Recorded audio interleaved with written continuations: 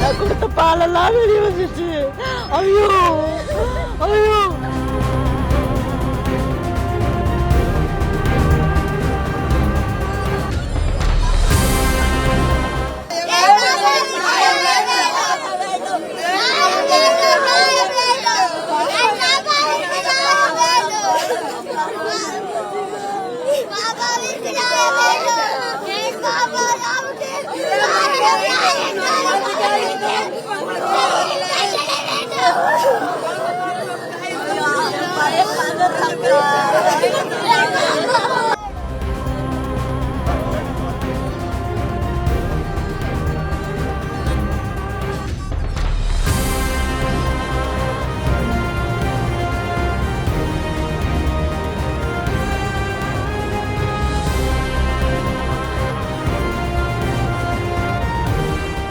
பாப்பா நல்லாதான் சார் பள்ளிக்கூடம் போச்சு.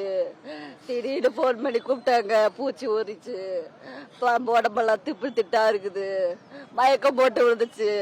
ஐயோ வெள்ளம் காலையில என் பிள்ளை உடையல நல்லா தானே விட்டேன். என் பிள்ளை பாவம் செத்து என் கையில கொடுத்துட்டேன். சாலியா சாமி நரக்ஷிதா அப்பா, என் பிள்ளைக்கு நீதி வேணும்.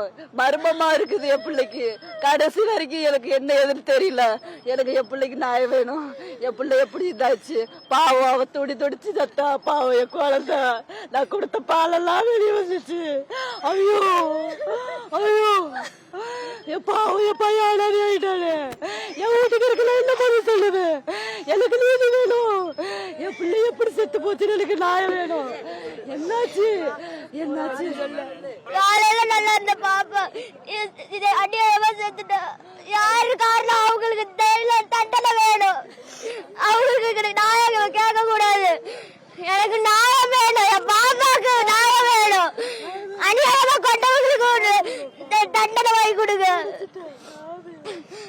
கெஞ்சி கேட்டுக்கிறோம். என்ன இது வரைக்கும் நேரத்துல இருந்து கொண்டு சேத்துல இருந்து என்ன ரிசல்ட்னு எங்களுக்கு சொல்லவே இல்லைங்க. இது வரைக்கும் செத்து போகலாம் கேட்டோம். பிள்ளை ஒரு வார்த்தை ரிசல்ட் சொல்லவே இல்லை. என்னன்னு எங்களுக்கு சொன்னாதான் எங்களை பிள்ளை வாங்குவோம்.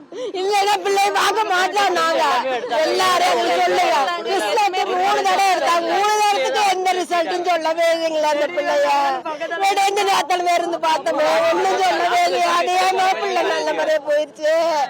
இந்த பிள்ளைக்கு தண்டனை வாங்கிடாது. இந்த பையனுக்கும் பிறந்தவனுக்கு வாய் பேச தெரியாது. இந்த பையன் என்ன பண்ணுவா? இவனை வச்சு என்ன ஒரு நியாயத்தை கொடுங்க.